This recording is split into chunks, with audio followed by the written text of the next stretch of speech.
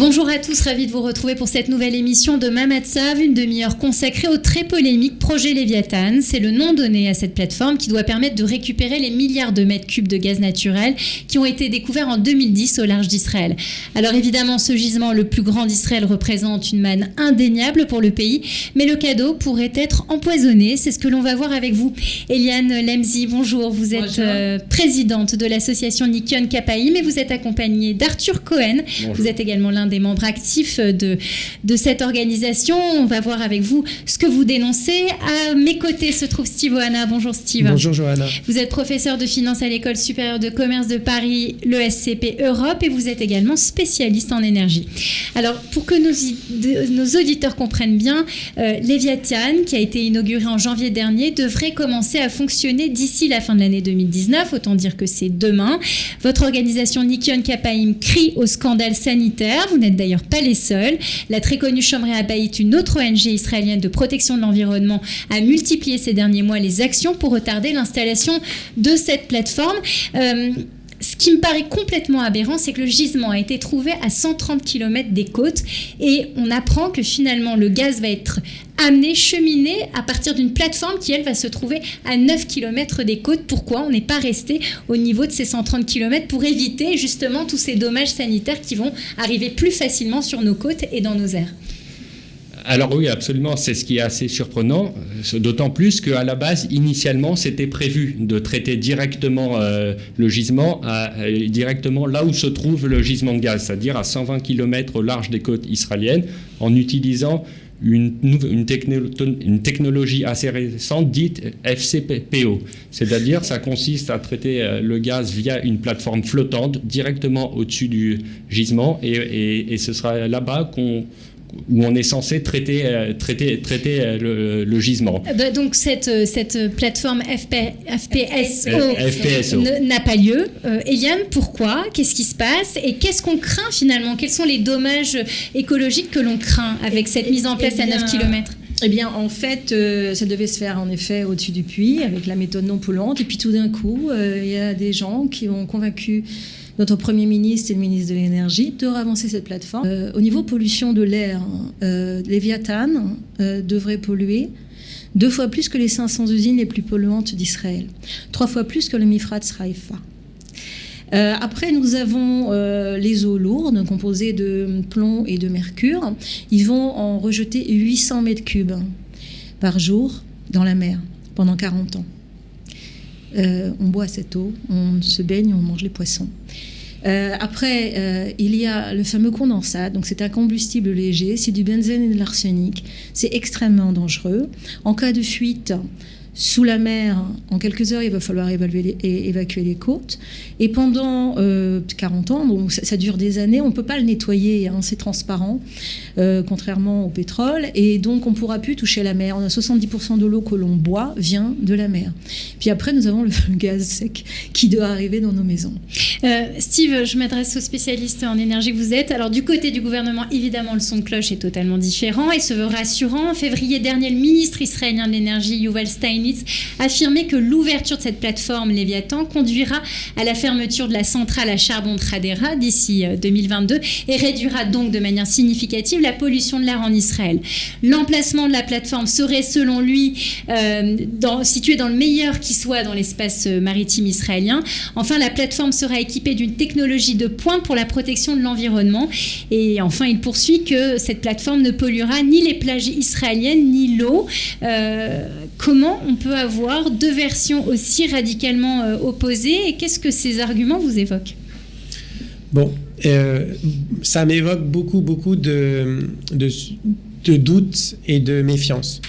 Pourquoi? Parce que récemment, on a quand même eu des experts indépendants qui sont arrivés, qui se sont emparés du sujet. Et qu'est-ce qu'ils ont dit, ces experts? Ils ont dit, comme Eliane vient de le dire, que c'est pas du tout dans les clous ce qu'on fait, c'est pas du tout dans les normes. C'est bizarre ce qu'on fait. C'est 98% des projets, ils utilisent une technique qui est celle qu'on a évoquée tout à l'heure, FPSO. Et là, on vient avec quelque chose de complètement différent. Et évidemment, quand on regarde la rentabilité économique de l'un et de l'autre, on s'aperçoit que c'est plus rentable. C'est plus rentable pour Nobel, qui va exploiter cette plateforme, de faire comme ça qu'avec FPSO. Donc il y a une forte suspicion derrière que l'objectif essentiel n'est pas la santé, mais la rentabilité. D'autre part, il y a des conflits d'intérêts à plusieurs niveaux dans le gouvernement. Avi Gabay, qui était le ministre de l'Environnement, qui s'opposait, le seul dans le gouvernement finalement, qui s'opposait sur les thématiques environnementales à ce projet, il est parti.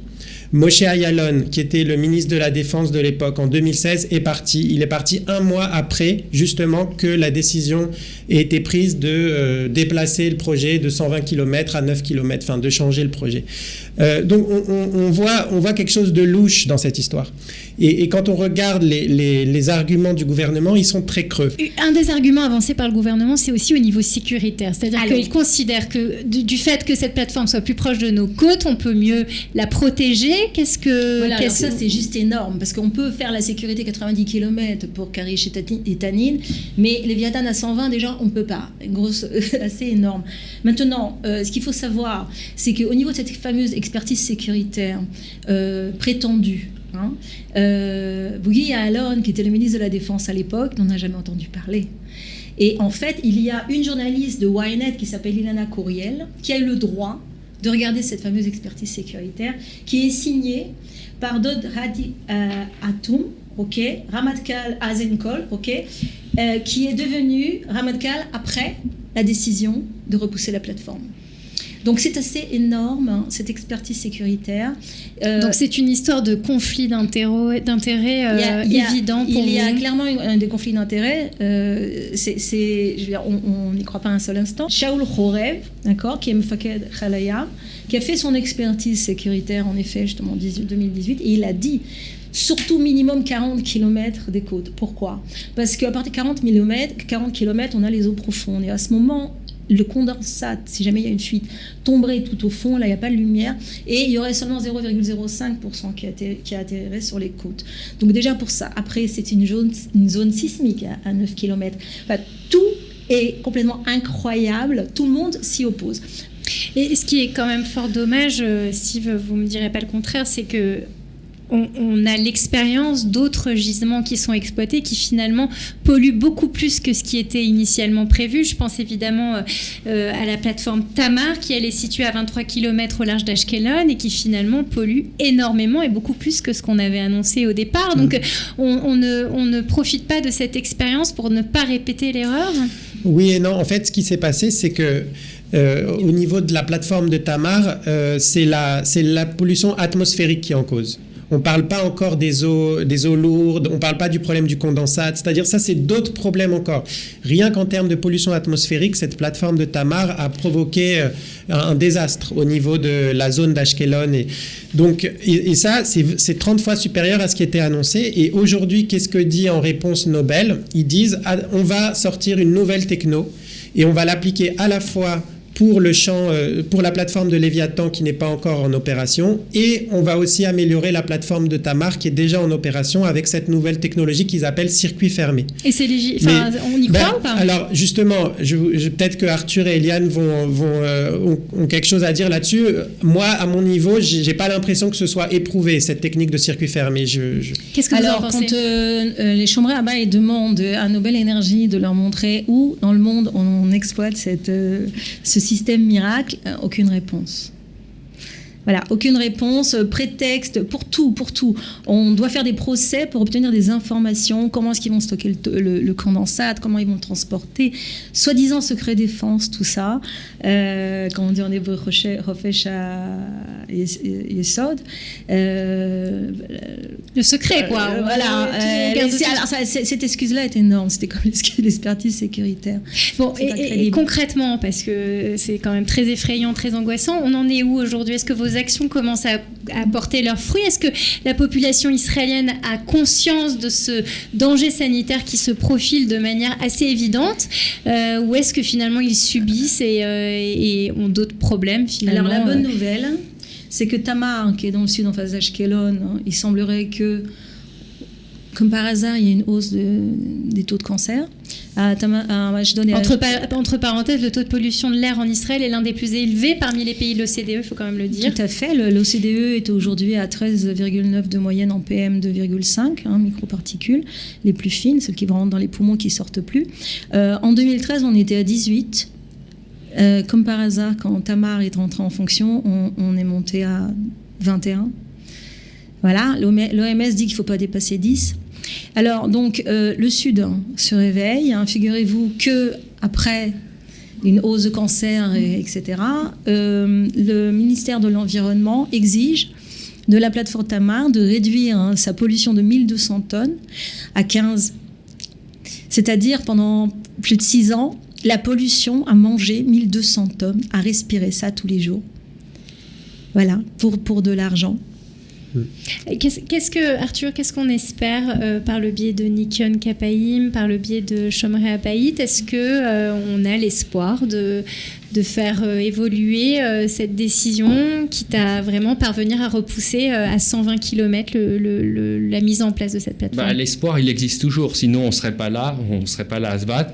Non, ce qu'on cherche à faire, c'est d'abord de mobiliser la population, d'intéresser la population par rapport à ce problème qui, ce qui est vrai, n'est pas à l'ordre des priorités aujourd'hui pour les gens. On a vu dans la dernière campagne électorale, on a parlé de sécurité, d'économie, de social, on n'a absolument pas parlé de pollution, alors qu'Israël a de base, avant même l'exploitation du gaz, on est un des pays de l'OCDE les plus pollués. On est dans les 4 plus mauvais élèves à la matière. Si on se rajoute ce projet qui est le plus polluant de l'histoire d'Israël, ça peut devenir assez catastrophique pour le long terme. Et c'est vrai que nous, ce qu'on essaye de faire, c'est de mobiliser la population, d'essayer de sensibiliser les gens, de leur faire prendre conscience que c'est l'avenir de leurs enfants qui est en jeu.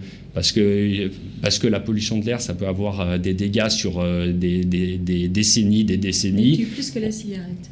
On estime aujourd'hui que la pollution de l'air en Israël est responsable de 2500 morts par an, quand le conflit avec les Palestiniens, c'est équivalent à 40 à 50 morts par an.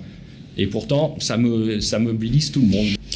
Steve, on va dire que vous êtes entre guillemets plus neutre et peut-être moins passionné sur le sujet. Moi, j'ai encore une question très naïve à vous poser. Comment, sachant cela, ce genre de décisions peuvent être prises au niveau du gouvernement? Et est-ce que, selon vous, il y a de véritables raisons de s'inquiéter?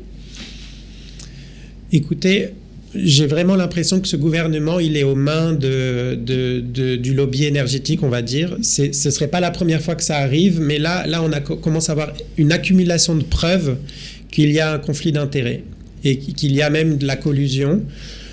C'est assez inquiétant. Le fait que ce gouvernement soit renouvelé exactement quasiment à l'identique, enfin, il n'est pas encore formé, ce gouvernement. Il y a des problèmes. N'incite pas à beaucoup d'optimisme. Il va falloir être extrêmement vigilant. Je pense que c'est sur le terrain juridique qu'il y a peut-être un espoir, parce que peut-être que de ce côté-là, il n'y a pas encore de collusion. Donc la Cour suprême ou les cours de justice traditionnelles vont peut-être offrir une solution, une issue.